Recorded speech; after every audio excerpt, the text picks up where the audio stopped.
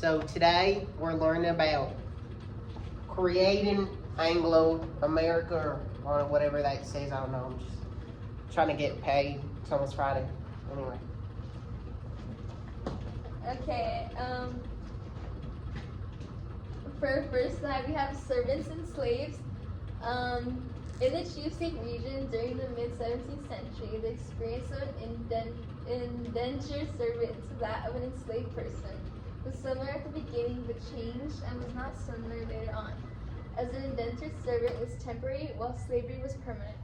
As stated in Give Me Liberty, authorities sought to improve the status of white servants. At the time, access to freedom for blacks was ceded.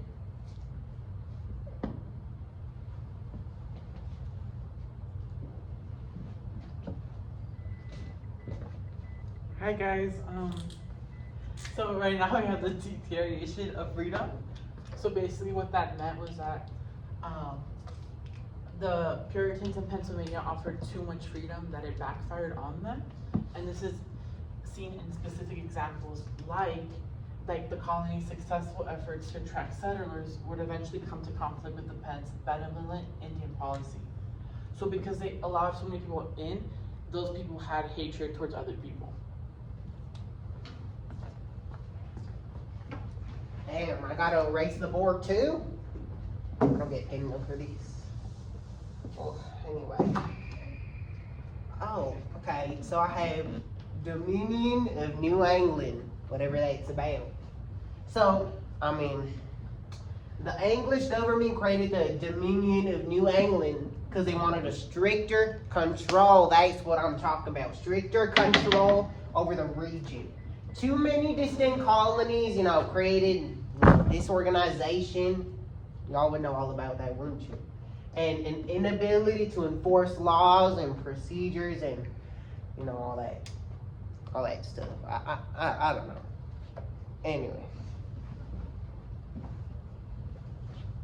Okay, now we're going to be talking about the Bacon's Rebellion and King Philip's War. Commonalities between Bacon's Rebellion and King Philip's War are that both involve land problems and show the deep-rooted tension in those areas that would erupt into violence.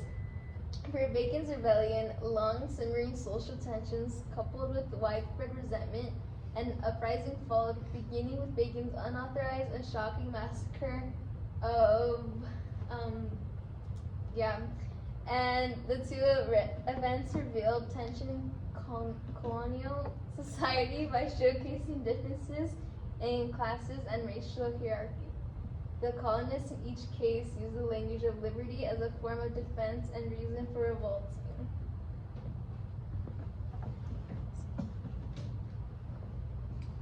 So now we have colonial society. Colonial society at the midpoint of the 18th century was spread and diverse. There was much corruption and issues with the colonies. The elite or wealthiest had most of the power and control politically and economically. The middle ranks was the pillar that held the colonial economy together. It consisted of farmers and people with trade. The poor struggled to find jobs or housing. It was mainly immigrants, indentured servants in the north, and slaves in the south. Women's role during this period was taking care of the household and children. They didn't have much of a voice politically as they weren't allowed to. This continued a lot until after slavery was abolished and women's rights were given. All right. Hey, I know that's right. That last part, women's, role was in the household. That's what I'm talking about. Anyway, to each their own. So we have cultural identity, this is basically defined as the colonists, define their cultural identity related to Britain and, having their same legal and, cultural customs. You know what I mean? Well, anyway, they saw themselves as like a different entity. You know what I'm talking about? The region, it just played such a vital part in factors that divided colonial society, into subscripts, whatever that means. I don't really understand that part, but I don't know. Well, anyway, I'm gonna have my next teacher come on up. Okay, the next thing we're going to be talking about is the roles played The colonists benefited from being part of the British Empire by having protection against the French and Spanish in the surrounding area by Britain. They also had a strong economy thanks to the market of lumber, tobacco, grains, and etc. that were available in England. The colonies also followed the laws that the British Empire had, and although there were still some issues regarding law, it made the region much more stable. New England's main source for trading were lumber and fish, which helped create the ships for the Atlantic slave trade. The middle colonies produced more grains like bread, wheat, and flour, and helped feed the population in the region and overseas. The southern colonies relied on plantations and slavery, which helped grow rice, tobacco, etc.